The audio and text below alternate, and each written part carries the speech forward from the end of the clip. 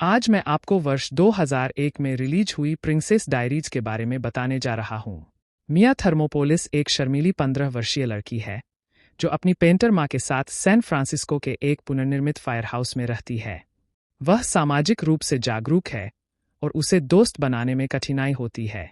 परिणामस्वरूप वह स्कूल में बहुत लोकप्रिय नहीं है और अक्सर एक चीयरलीडर लाना थॉमस द्वारा उसे तंग किया जाता है।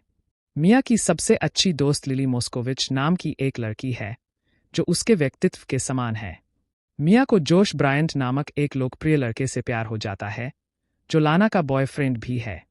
वह उन्हें किस करते हुए देखती है और उस दिन खुद को लाना की जगह पर कल्पना करती है। मिया जोश के खिलाफ बहस प्रतियोगिता में जाती है। आत्मविश्वास से भरा जोश अपनी बोल्ड राय से सभी को खुश कर देता है, लेकिन जब मिया की बारी आती है तो वह हकलाती है और पूरी क्लास उस पर हंसती है। वह अपमानित होकर भाग जाती है क्योंकि हर कोई उसका मजाक उड़ाता है। स्कूल के बाद उसकी माँ कहती है कि उसके पिता की दादी जेनोविया से सैन फ्रांसिस्को आई है और उनसे मिलना चाहती है। मिया उलझन में है कि वह अचानक क्यों मिलना चाहती है, जबकि उसने अब तक उनसे संपर्क करने की जहमत नहीं उठाई है। अगले दिन स्कूल के बाद वह पते पर जाती है और एक विशाल हवेली के सामने पहुंचती है। उसका स्वागत एक बटलर द्वारा किया जाता है जो उसे उसकी दादी क्लेरिस रेनल्डी के पास ले जाता है। फिर मिया को बताया जाता है कि उसकी दादी वास्तव में जेनोविया की रानी है, एक छोटा यूरोपीय राज्य। वह मिया से मिलना चाहती थी उसे यह बताना कि उसके पिता जेनोविया के राजकुमार थे और उनकी हाल ही में हुई मृत्यु के कारण अब वह जेनोवियन सिंहासन की अगली कतार में है। पहले तो मिया को लगता है कि बूढ़ी औरत मजाक कर रही है, लेकिन वह जल्द ही 2 और 2 जोड़ देती है और यह जानकर हैरान रह जाती है कि वह एक राजकुमारी है जो अब पूरे परिवार की जिम्मेदारी संभाल रही है। रानी कहती है कि उसे जेनोविया जाना होगा और एक पूरी तरह से अलग व्यक्ति बनना होगा जो वह अभी है। सारी जानकारी से अभिभूत मिया राजकुमारी बनने से इनकार करती है और भाग जाती है। जब वह घर लौटती है तो वह अपनी माँ पर गुस्सा होती है कि वह इस तथ्य को छुपा रही है कि वे राजा है। यह पता चलता है कि मिया के माता पिता के तलाक के बाद वे उसे अपनी माँ के साथ रहने देने के लिए सहमत हो गए ताकि वह एक सामान्य बचपन जी सके। उन्होंने उसे यह बताने की योजना बनाई थी कि वह 18 साल की हो जाएगी, लेकिन अब जब उसके पिता मर चुके हैं तो उसे जिम्मेदारी लेनी होगी। अगले दिन वह अपनी माँ और रानी के बीच इस मामले पर बात करती है। रानी उसे राजकुमारी के रूप में दुनिया से मिलवाना चाहती है, लेकिन उससे पहले वह उसे राजकुमारी की तरह व्यवहार करने का प्रशिक्षण देना चाहती है। मिया इस विचार के सख्त खिलाफ है, लेकिन उसकी माँ उसे राजकुमारी कक्षाओं में भाग लेने के लिए मनाती है और तय करती है कि वह शाही बनना चाहती है या नहीं। उसके बाद बॉल तक मिया को यह बात गुप्त रखनी होगी। तब रानी मिया को सुरक्षा प्रमुख जो के साथ भेजती है, जिसे उसकी देखभाल करने और उसकी सुरक्षा सुनिश्चित करने के लिए नियुक्त किया गया है, जब तक कि उसे दुनिया के सामने राजकुमारी घोषित नहीं कर दिया जाता। मिया को स्कूल जाने के लिए एक लिमो भी उपहार में दी जाती है। वह रास्ते में लिली को उठाती है जो कार से मंत्रमुग्ध हो जाती है। स्कूल के बाद मिया एक कार मरम्मत की दुकान पर जाती है और उसे पता चलता है कि उसकी पुरानी कार की मरम्मत में $400 खर्च होते हैं। लिली का भाई माइकल जो दुकान में काम करता है उसे मिया पर लंबे समय से क्रश है, लेकिन वह शायद ही उसे स्वीकार करती है। उसके बाद मिया अपने पहले राजकुमारी पाठ के लिए हवेली जाती है। रानी उसके रूप की आलोचना करती है और अपने सहायक को वह सब कुछ बताती है जिसे बदलने की जरूरत है। वह मिया को अच्छी मुद्रा और स्वच्छता के बारे में भी सिखाती है जो एक राजकुमारी के पास होनी चाहिए। उस दिन के बाद मिया नृत्य से लेकर भोजन करने और व्यक्तिगत प्रस्तुति तक सभी शाही शिष्टाचार के बारे में सीखती है। हर दिन स्कूल के बाद वह हवेली जाती है, इस वजह से सबक वह और लिली मुश्किल से ही साथ में समय बिता पाते हैं। चूंकि मिया लिली की एकमात्र दोस्त है, इसलिए वह अगले कुछ दिनों तक बहुत अकेली हो जाती है। एक दिन रानी मिया का मेकओवर करने के लिए एक इतालवी स्टाइलिस्ट पाउलो को आमंत्रित करती है। वह मिया की प्राकृतिक सुंदरता की तारीफ करता है, हालांकि उसके हाव भाव कुछ और ही कहते हैं।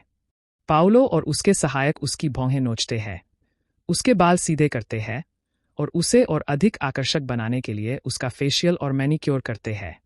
वह उसका चश्मा भी तोड़ देता है और उसे लेंस पहना देता है। अंत में मिया एक बिल्कुल अलग व्यक्ति की तरह दिखती है। रानी अपनी पोती के नए रूप से प्रभावित होती है, लेकिन वह पाओलो और उसके सहायकों को इस बदलाव को गुप्त रखने के लिए सख्ती से कहती है। अगले दिन मिया और जो लिली को स्कूल के लिए लेने जाते हैं, माइकल उसका नया रूप देखता है और उसकी सुंदरता से मंत्रमुग्ध हो जाता है। हालांकि लिली इस बदलाव से बहुत खुश नहीं है, क्योंकि उसे लगता है कि उसकी दोस्त स्कूल की सबसे खराब लड़कियों में से एक बन रही है। वह मिया को उसके नए बालों को छिपाने के लिए एक भयानक टोपी पहनाती है। दोनों के बीच बहुत बहस होती है, क्योंकि उसे लगता है कि मिया उसे एक दिन छोड़ देगी। अपनी दोस्त की उदासीनता को बर्दाश्त नहीं कर पाने के कारण मिया लिली को सच्चाई बताती है। इतना कहना ही काफ़ी है कि लिली हैरान है, लेकिन वह इसे गुप्त रखने के लिए सहमत हो जाती है। जब मिया उसे समझाती है कि यह उसकी सुरक्षा के लिए है। जब कक्षा में लाना मिया को टोपी उतारने के लिए धमकाती है और हर कोई उसकी खूबसूरती से हैरान हो जाता है। अगले दिन माइकल ने मिया से एक संगीत सम्मेलन में आने के लिए कहा, जिसमें वह प्रदर्शन करने जा रहा है। वह वास्तव में संगीत के बारे में भावुक है और उम्मीद करता है कि वह उसे प्रदर्शन करते हुए देखने के लिए वहां होगी। मिया आने का वादा करती है, लेकिन इसके बारे में खारिज करती है। जब वह स्कूल पहुंचती है तो उसे रिपोर्टरों द्वारा घेर लिया जाता है, जो उससे राजकुमारी होने के बारे में कई सवाल पूछते हैं। रहस्य किसी तरह बाहर आ गया है और मिया मुश्किल में है। उसे लगता है कि लिली ने यह सबको बताया है, लेकिन लिली जोर देती है कि यह उसने नहीं बताया है। जब स्थिति हाथ से निकल जाती है तो रानी स्कूल आती है। उन्हें पता चलता है कि स्टाइलिस्ट पाओलो ही वह व्यक्ति था जिसने मिया के बारे में मीडिया को बताया था, ताकि वह प्रसिद्धि पा सके। अगली शाम रानी एक शाही डिनर पार्टी रखती है, जहां वह मिया को दुनिया भर के कुछ उच्च रैंकिंग वाले राजघरानों से मिलवाती है। डिनर बहुत अच्छा चल रहा है, जब तक कि मिया गलती से एक मेहमान की आस्तीन में आग नहीं लगा देती और उसका हाथ बर्फ की बाल्टी में नहीं डाल देती जब वह उसे उठाने की कोशिश करती है और सर्वर ट्रिप और जमीन पर गिरते हुए मेहमानों पर फल गिराते हुए रानी अपना सिर पकड़े बैठी रहती है। विनाशकारी डिनर पर लेकिन मेहमान इस पर हंसते हैं। अगले प्रशिक्षण सत्र में मिया की भविष्यवाणियों के विपरीत रानी उस पर नाराज नहीं होती। वास्तव में वह अपनी सभी मीटिंग रद्द कर देती है। अपनी पोती के साथ एक दिन बिताने के लिए वे एक साथ आर्केड में जाते हैं और बहुत मजा करते हैं। रानी मिया के सभी पसंदीदा खेल खेलती है, फोटो बूथ में उसके साथ तस्वीरें लेती है और घर वापस आते समय उसके पसंदीदा कॉर्नडॉग्स आजमाती है। मिया गाड़ी चलाती है, लेकिन ढलान पर चढ़ने की कोशिश करते समय कार के ब्रेक खराब हो जाते हैं। वह कार को सैन फ्रांसिस्को की लोगों से भरी प्रसिद्ध केबल कार से टकरा देती है। पुलिस मिया को गिरफ्तार करने वाली होती है, लेकिन रानी अपनी सार्वजनिक बोलने की क्षमता का उपयोग करके अधिकारियों को उन्हें जाने देने के लिए राजी करती है। मुठभेड़ के अंत तक वह राजपरिवार को घर वापस लाने के लिए पुलिस कार भी बुलाता है। मिया अपनी दादी के कौशल से प्रभावित होती है और यहाँ तक कि उसे सबसे अच्छी रानी भी कहती है। जब वह जाती है, अगले दिन स्कूल में उसे बच्चों ने घेर लिया और उसका ऑटोग्राफ मांगा। उसे पहले कभी नहीं देखा गया था, लेकिन अब वह स्कूल में चर्चा का विषय बन गई है। लाना भी एक रिपोर्टर के सामने उसकी दोस्त बनने का नाटक करती है। उसका पुराना क्रश जोश उसे शनिवार को बीच पार्टी में चलने के लिए कहता है और मिया जाने के लिए तैयार हो जाती है। फिर वह माइकल से माफ़ी मांगती है कि वह सम्मेलन में नहीं आ पाई। उसे स्पष्ट रूप से दुख होता है कि वह जोश के लिए उसे छोड़ रही है। रात में मिया की माँ बताती है कि जोश उसे कभी पसंद नहीं करता था जब तक कि वह नहीं जानती थी कि वह एक राजकुमारी है, लेकिन मिया उसकी टिप्पणी को अनदेखा कर देती है। बीच पार्टी पहले कुछ घंटों तक अच्छी चलती है, जब तक कि रिपोर्टर मिया की तलाश में पार्टी में घुस नहीं आते। वह और जोश एक झोंपड़ी में छिप जाते हैं। वह उसे चूमने की कोशिश करता है, लेकिन वह पीछे हट जाती है क्योंकि कुछ ठीक नहीं लगता। जब वे बाहर आते हैं तो जोश उसे जबरदस्ती चूमता है ताकि मीडिया को कुछ बात करने का मौका मिले। इसके बाद लाना और उसका समूह मिया को एक तंबू में अपने कपड़े बदलने के लिए उकसाता है और पपराजी को आमंत्रित करता है। वे केवल एक तौलिया में ढंकी हुई उसकी तस्वीरें खींचते हैं, जो निश्चित रूप से सुर्खियां बनेंगी। अगले दिन घर लौटने के बाद अपमानित मिया अपनी माँ की बाहों में रोती है।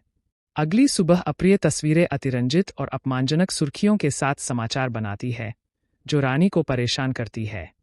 मिया अपने कार्यों के लिए माफ़ी मांगती है और स्वीकार करती है कि वह राजकुमारी बनने के लिए अयोग्य है। रानी फिर भी उसे गेंद पर आमंत्रित करती है और उसे जोश को छोड़कर किसी भी दोस्त को लाने के लिए कहती है। मिया के जाने के बाद जो रानी को समझाता है कि मिया अभी भी एक किशोरी है और राजकुमारी बनने से पहले उसकी पोती है। दोनों इस तथ्य पर सहमत होते हैं कि मिया अपने देश की शासक होने की जिम्मेदारी लेने के लिए तैयार है। यह देखते हुए कि उसने आलोचना को कैसे लिया और स्कूल में मिया ने लिली से पिछले कुछ दिनों से खुद के न होने और लिली द्वारा आमंत्रित किए गए टॉक शो में न आने के लिए माफी मांगी। दोनों ने सुलह कर ली और साथ में बॉल पर जाने का फैसला किया। बाद में जिम क्लास के दौरान जोश ने फिर से मिया का मजाक उड़ाना शुरू कर दिया। उसने उसे बॉल से मारा और उसे सबक सिखाने के लिए बेसबॉल मैच जीत लिया। शाम को माइकल कार शॉप से उसकी कार देने उसके घर आया। मिया ने उसके शो में न आने के लिए माफी मांगी और उसे बॉल पर अपने साथ आने के लिए आमंत्रित किया। हालांकि आहत माइकल ने उसे स्वीकार करने से इनकार कर दिया और व्यंग्यात्मक रूप से दावा किया कि जोश टक्सीडो में बेहतर लगेगा। मिया और उसकी बेवकूफ दोस्त लंच के दौरान साथ थे, जब लाना और उसका समूह उन दोनों का मजाक उड़ा रहा था। बदमाशों से तंग आकर मिया ने लाना की ड्रेस पर आइसक्रीम डाल दी और उसे सबके सामने शर्मिंदा किया। बाद में उस दिन रानी ने उसके साथ कठोरता से पेश आने के लिए माफी मांगी और उसे बॉल में लोगों के सामने अपनी उपाधि त्यागने के लिए भाषण देने के लिए कहा। उसने मिया को एक डायरी भी दी जो उसके पिता उसे उसके 16वें जन्मदिन पर देना चाहते थे। उसके जाने के बाद मिया ने कोलोराडो भागने का फैसला किया। उसे डर था कि कहीं उसकी बात से रानी और बॉल में मौजूद लोग निराश न हो जाएं। उसे लगता है कि जिम्मेदारी उसके लिए बहुत बोझ है, इसलिए उसने सबसे आसान रास्ता अपनाने का फैसला किया। बैग पैक करने के बाद उसने एक पत्र पढ़ा जो उसके पिता ने उसे छोड़ा था। पत्र में उसने एक राजा के लिए साहस के महत्व को समझाया। उसने यह भी दावा किया कि वह उसकी मां से बहुत प्यार करता है और उससे बहुत प्यार करता है। उसके शब्दों से प्रभावित होकर मिया ने अपना मन बदल लिया और बॉल में जाने का फैसला किया, क्योंकि उसने सभी को बताया था कि वह खुद बॉल में आएगी। उसे बारिश में गाड़ी चलानी पड़ी। दुर्भाग्य से कार रास्ते में कहीं और खराब हो गई। माइकल को एक पिज्जा मिला जिस पर सॉरी लिखा था। यह महसूस करने के बाद कि मिया एक प्रयास कर रही है, उसे बेहतर महसूस कराने के लिए वह बॉल में जाने का फैसला करता है। ठीक उसी समय जब मिया हार मानने लगती है, जो लिमो में आता है और उसे उठा लेता है। जब मिया बहुत देर तक नहीं आती, रानी भाषण शुरू करती है। उसके बीच में वह मिया को देखती है, सिर से पैर तक भीगी हुई, बोलने के लिए तैयार, इसलिए वह उसके लिए मंच छोड़ देती है।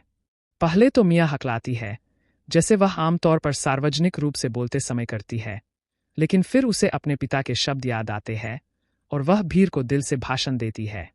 भाषण के अंत में वह खुद को जेनोविया की राजकुमारी घोषित करती है, जिससे अनुमान लगाया जाता है कि तालियां बजती है। कुछ ही क्षणों बाद उसे राजकुमारी का ताज पहनाया जाता है। फिर वह एक सुंदर पोशाक पहनती है और माइकल के साथ नृत्य करती है। जोड़ी खुद को माफ करती है और बगीचे में आती है।